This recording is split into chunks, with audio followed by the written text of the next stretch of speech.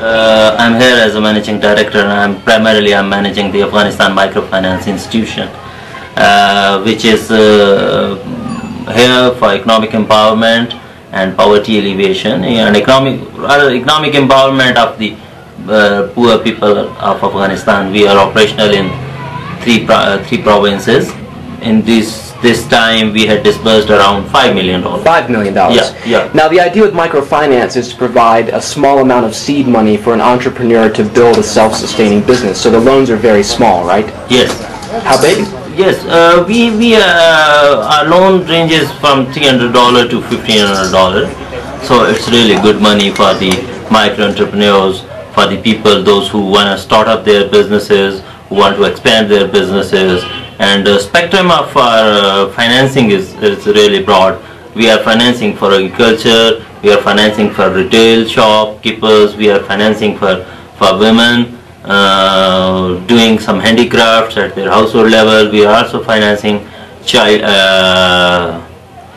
carpet weavers, families, carpet weaving families, and we are following the group lending model, where the people are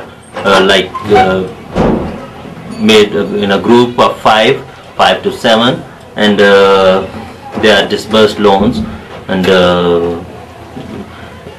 the repayment is in really easy terms, in like small installments. $dollar از است پیسه میشه $8 دیگه می برش میتیم پس $8 در ما پس برش میتیم پیسه. As we are agreed from CHF because they have a policy by group lending, and we are 7 members of the group, and everybody has different business and different duty. And I have a bigger shop, for example, and CHF provide a loan size by $500 for the contract of 10 months. So what did you do with that $500? आम्ही $500 شما چیکار کردیم خاصی؟ این $500 که ما گرفتیم زمانگویی نه آرد خریدیم، چوب خریدیم، از این ما منفعت بسیار خوب می‌بریم. He added this $500 for his current business, and he add some more. He bought some more floors and sticks for burning sticks, for example, some materials to develop his business capacity.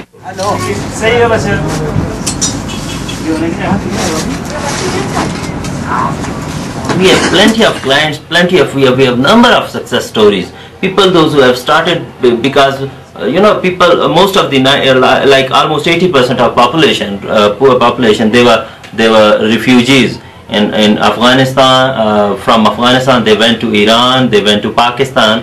So while they just came back after having a bit stabilization in the country, when they come back, they have nothing. They have lost their businesses. They don't have any source of supplementing their livelihood. So there are plenty of clients, those who have started from simple a push cart in their first loan cycle, and now they own really a good big shops. So that really gives us a sense of achievement, that okay, we are helping the real poor Afghans, and we are helping them to build their economic positions, and in a way, in fact, it helps many things. It has plenty of dimensions. It's not only the economic issue. In fact, if the entrepreneur is earning good money, it means his kids are going to school. It means the health of his household is better being taken care of. So it means they are good in the society. It means they are not going to some negative aspects of the society. So in fact, it has a plenty of dimensions.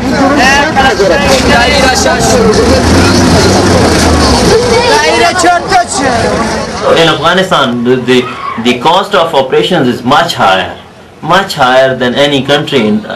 Like if we are going to compare the sector, the microfinance sector, the cost of microfinance, cost of delivery of microloans here in Afghanistan is much higher than any country. then even it can't be compared with the Pakistan, India and Bangladesh as well. And because there are plenty of issues, security reasons, really inaccessible areas. So the challenge is ahead, challenge is big, and the worth mentioning thing is that we have 0% portfolio at risk. Our recoveries are really 100%, which means it is not, I'm not going to take credit of institution. I'm going to give this credit to the really poor people, because if you are going to help genuine poor, it means the poor are credit worthy. Right. They know that Afghanistan Microfinance Institution is helping us, so we need to pay them back money. So if we are paying them back the money, so they are here for such a long time to help us. But if we are not going to pay them money, then obviously they won't be here for our future.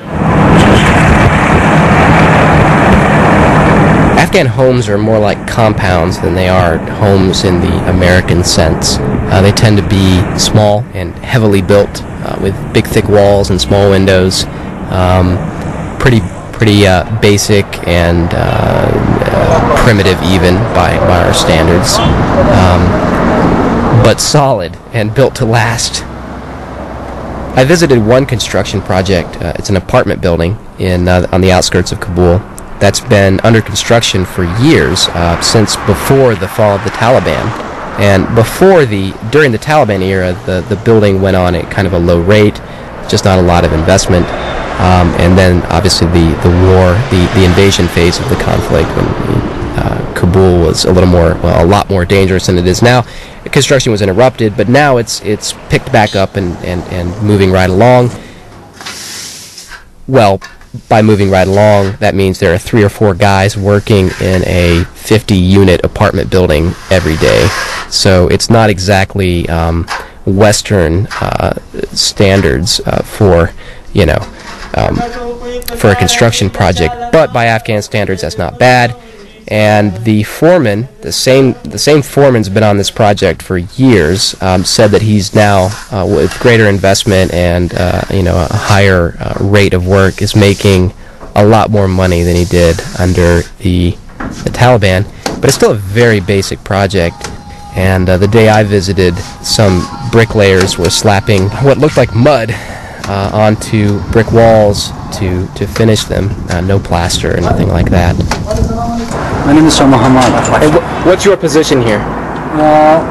وظیفه شما اینجا چی هست؟ یعنی کارگر است ما کار میکنیم فقط پای پر کردن و کانکریت و پاکاری looking after the workers and preparing concretes and stuff like that. So you're the foreman of the workers here. Yeah. Was it more difficult working under the Taliban? در وقتی که طالبا کار سخت بود. خب راه سختی بود کار بود این روز کار غریبی نبوده اینجا کار میکنیم. Yeah, and that time the salary for a worker was 40,000, like 40 hours in that time, but now it's 250. So do you have a hard time finding labor, finding enough people to work? این میگه مشکل است که مردم پیدا کنی برای کار یا کارگرها رو پیدا کنی. کارگرها تو از کلگی بیکار است تا کار شروع کنیم با زورا نفر میاسرش. So that when we start, most of the people they are jobless. Whenever we start working, so lots of people they come here asking for a job to work.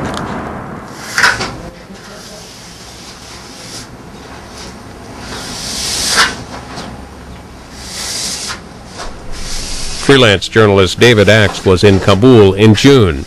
You can watch this and other programs from his trip to Afghanistan on our website, cspan.org.